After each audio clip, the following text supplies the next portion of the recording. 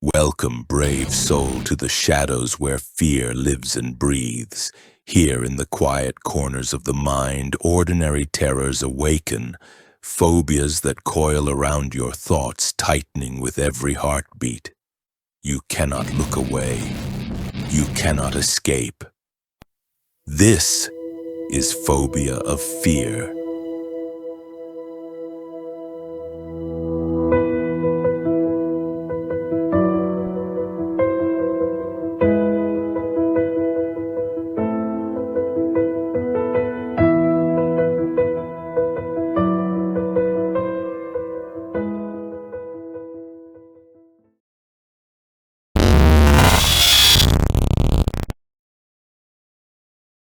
I need to tell you what happened last Valentine's Day. Not because I want sympathy, not because I expect you to believe me, but because I need you to understand something about memory, how fragile it is, how easy it is to make you doubt what you know is real. This happened last February. I was 28, recently single, not looking for anything. My friends signed me up for a singles event at some converted warehouse bar called the Crimson Room. I almost didn't go. I wish I hadn't. The place was packed. Maybe 80 people wearing heart-shaped name tags, drinking overpriced cocktails. I grabbed a beer and found a corner. That's when I saw her. Dark hair, simple black dress, standing alone near the opposite wall. But it was her eyes that got me. She was staring directly at me, not just looking, staring, like she'd been waiting for me. Specifically. I don't usually approach women at bars, but something pulled me toward her. When I got close enough to read her name tag, I stopped. It said Connor. My name. Have you ever had someone say your name when you weren't expecting it? That split second where your brain stutters? This was worse. This was someone wearing my name, like they'd reached into my head and pulled out the most fundamental piece of me. It felt like an intrusion, like identity theft happening in real time. I laughed nervously. I think there's been a mix-up with the name tags. She looked down at hers, then back at me. Her expression didn't change. No mix-up. But my name is Connor. I know. Her voice was soft, almost melodic. Mine too. I figured she was being cute, breaking the ice. Okay, so we're both Connor. What are the odds? She tilted her head, studying me, like I was a specimen under glass. Do you believe in fate, Connor? Never really thought about it. You should. She reached into her purse and pulled out a photograph. Old, faded, the kind with the date stamp in the corner. February 14th, 1997. 2 children in the photo, maybe 5 or 6 years old, standing side by side at what looked like a school Valentine's Day party. A little boy with a gap-toothed smile. A little girl with dark hair and pigtails. That's you, she said, pointing to the boy. And that's me. I looked closer. The boy did look like my childhood photos. Same hair, same smile. But something was off. You know when you see those AI-generated faces, how they look almost right, but there's something wrong with the resolution? Like they're claymation, too smooth, zero emotion behind the eyes? That's what this was. The boy in the photo looked like a low-resolution version of me, close enough to make me pull out my phone and start scrolling through my own childhood photos to check, close enough to plant doubt, but not quite right. I've never seen this photo before. Your mother took it. We were in the same kindergarten class, Riverside Elementary. You gave me a Valentine that day, a homemade card with a dinosaur on it. My stomach tightened. I had made a card like that. I remembered because my mom helped me with the pun. You make my heart roar. I've been so proud of it, but I didn't remember giving it to anyone specific. How do you know about that? Because I kept it, she said. I kept it all these years. I knew we'd meet again. Something felt wrong. The way she said it. Too certain, too rehearsed. Like she'd practiced this conversation in a mirror. Look, I think you might have me confused with someone else. You had a stuffed elephant, Mr. Trunk. You were afraid of the dark until you were 9. You broke your arm falling off a swing when you were 7. She was right, about all of it. But those weren't secret details. My mom posted childhood photos on Facebook. Anyone could know this. Anyone who looked hard enough. You have a birthmark, she continued, her voice dropping to almost a whisper, shaped like Italy, on your left shoulder blade. My blood went cold. That one wasn't public. I'd never posted about it, never mentioned it online. It was just there, on my back, where I couldn't even see it without a mirror. How do you know that? Because I've been watching, Connor. Waiting. I knew you'd come tonight. I stepped back. This is weird. I think I should... You made me a promise, she interrupted. Valentine's Day, 1997. You said you'd be my Valentine forever. Don't you remember? I didn't. I had no memory of this girl at all. I was 6 years old. Kids say things like that. You gave me this. She held out her hand. In her palm was a small plastic ring, red, heart-shaped, the kind you get from a quarter machine at a pizza place. And I did remember that ring, vaguely, like a dream slipping away. I'd won it and given it to someone in my class, a girl whose name I couldn't remember. But looking at the photo again, something nagged at me. The boy's face. Close enough to be convincing, but under scrutiny, the ears were slightly different. The shape of the jaw, the spacing of the eyes. That's not me, I said. Her smile didn't waver. Yes, it is. No, I don't think it is. The face is similar, but... You're doubting your own memory? She sounded amused, almost pleased. You just said you remembered the card, the ring. How can you remember those things but not remember your own face? She had a point, and that's what scared me most. You put this ring on my finger, she continued, right here, in this building. This place has only been a bar for a few years. Before that, it was offices. Before that, storage. And before that, Connor, it was Riverside Elementary School. They demolished it in 2003. But we're standing in what used to be our kindergarten classroom right now. I pulled out my phone with shaky hands and searched the address. She was right. My elementary school had been at this exact location. The physical evidence was mounting, making this thing feel real. This wasn't just some story she'd made up. The geography aligned. The timeline fit, making everything she was saying true. Because no one would go through all this trouble to... And that's the moment I started to doubt myself. This is insane, I muttered. You can't have been waiting 23 years because of something someone said when they were 6. Her expression darkened. I didn't wait 23 years. I died waiting. February 14th, 2003. The day they demolished the school. I laughed, nervous, panicked. Okay, this is a prank. My friends put you up to this. Touch me, she said. What? Touch my hand. I reached out. My fingers passed through hers like smoke. Cold smoke. I jerked back, stumbling into someone behind me. What the... When I turned around, she was gone. Just gone. I searched the entire bar, asked anyone who'd listened if they'd seen a woman in a black dress. No one had. The bartender gave me a concerned look and suggested I switch to water. That's when I noticed something on the floor where she'd been standing. The photograph. I picked it up with trembling hands. On the back, in a child's handwriting, Connor plus Connor equals heart forever. And beneath that, different ink added later. Still waiting. 2/14/03. And beneath that, different ink added later. Still waiting. 2/14/03. I left immediately. Drove straight to my mother's house. Pounded on her door until she answered, confused and worried. Mom, do you remember my kindergarten class at Riverside Elementary? She blinked, half asleep. Connor, it's midnight. Do you remember a girl in my class? Another Connor? She thought for a moment.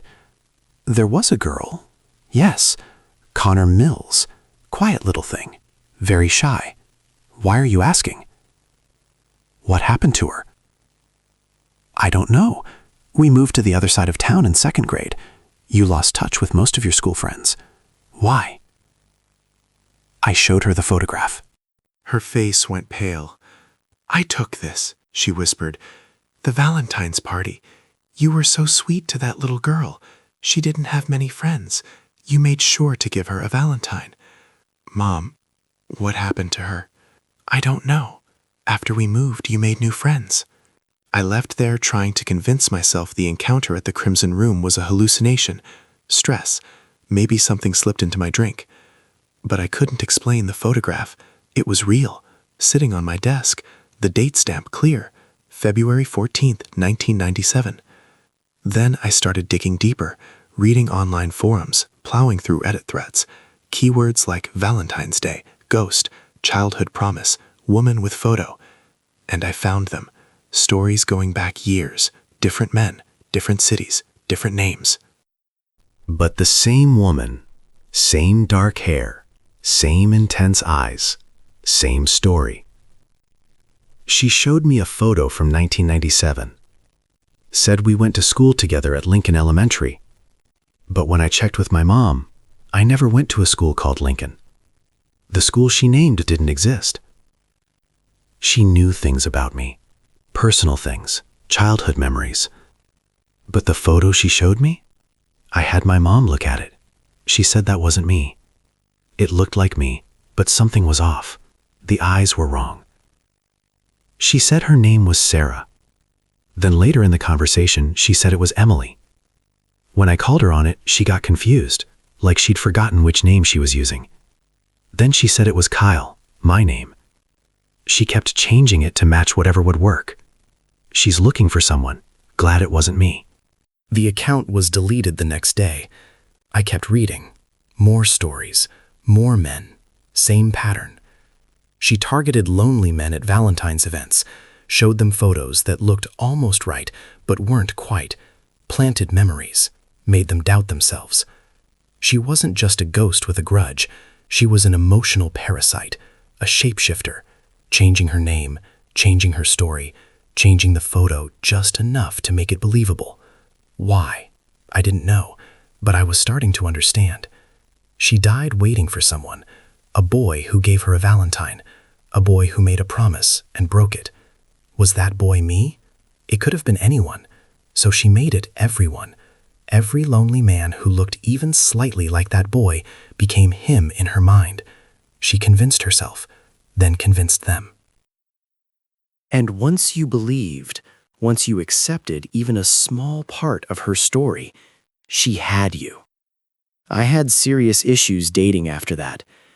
As the next Valentine's Day approached, no surprise I was alone again. As the day approached, I felt watched. Glimpses of dark hair in my peripheral vision, a woman's voice calling my name when I was alone. On February 13th, I received a package at my apartment. No return address, no postmark. Inside was a child's Valentine card, handmade, dinosaur on the front. The paper yellowed with age, edges worn. Inside, in handwriting that looked like mine, but wasn't quite right, "You make my heart roar. Love, Connor." Beneath my signature, in fresher ink, "Tomorrow, keep your promise." That night, my phone rang. Unknown number. I should have let it go to voicemail. I answered. "Hello, Connor." Her voice, calm, melodic. "What do you want?" "I want you to remember. I want you to understand what it means to promise forever and then forget." "I never promised you anything. That wasn't me in the photo. You know it wasn't." "You're lying." "No, you're lying to yourself. You've been doing this to men for years. I found the posts, the stories, different names, different cities. You're looking for someone who doesn't exist anymore." "He exists," she hissed, and her voice sounded different now, younger, less controlled. "He exists, and he's you. He has to be." "Why me? Why any of us?" "Because you're the right age, the right look, the right—" She stopped. "The right what? Alone? Vulnerable? Easy to manipulate?" "You don't understand. He promised. Someone has to keep that promise. Someone has to remember. If no one remembers, then what was any of it for?" But it's not me, and deep down you know it's not. If it's not you, then who is it? I don't know. Maybe he grew up, moved away. Maybe he forgot, just like you think I did. Maybe he's dead. But you can't keep doing this. You can't keep trying to force people into being him. I don't know how to stop, she whispered, and now she sounded like a little girl, lost, scared. I've been doing this so long, waiting so long. If I stop, if I admit he's never coming, then what was it all for? All the waiting, all the years, all the men, what was it for? You can stop. You can let go. I won't ever let us go, Connor. The line went dead. I sat in my apartment as midnight approached, every light on, door locked, chain engaged. At 11:55 p.m., there was a knock at my door. 3 soft taps. I looked through the peephole. She was there, standing in the hallway, staring directly at the peephole, like she knew I was watching. I know you're in there, she said, her voice muffled through the door. I know you're not him, but you're just like him. I didn't move, didn't breathe. Please, pretend for me, she whispered. You can do that, can't you? Just one night, and I'll never bother you again. I stayed frozen at the peephole. After what felt like an eternity, I heard footsteps, slow, deliberate, walking away down the hall. I waited until I couldn't hear them anymore. Then I looked through the peephole again to an empty hallway. But on the floor in front of my door, she'd left something, the plastic heart-shaped ring. I didn't open the door to get it. It stayed there all night. In the morning, it was gone. That was a year ago. Valentine's Day's tomorrow, and I've been getting texts from an unknown number. Are you him? Please be him. I need you to be him. Why won't you be him? Each message more desperate than the last. This morning I got a photo. The Valentine's party photo. But it's different now. The boy next to her in the picture, his face is blurred, smudged, like it's changing, or like she's forgotten what he looked like she's going through so many faces that they're all starting to blend together. And in the margin, written in that childish handwriting, if you won't be him, I'll find someone who will. 2 hours ago, I got another message. A new photo. A different bar. Different lighting. A man sitting across from a woman in a black dress. He looks about 28, dark hair, gap in his smile when he laughs. He looks a little like the boy in the original photo. Close enough. And the message below. Found him. This time he'll keep his promise. But I've seen these messages before. Online in the forums. The one I'm writing in now, telling my story. A Valentine's Day warning. It isn't you. She'll try and convince you, just like she almost convinced me. Tomorrow night, if you're lonely enough, sitting in some dark corner of some bar, and you meet a woman who knows a little too much about you, don't listen to her talk about promises and fate and forever. No matter how much that boy in the photo looks like you. You'll want to believe. Part of you will believe. And that's all she needs. The story ends here, but the fear you felt, that stays with you. Thank you for stepping into Phobia of Fear.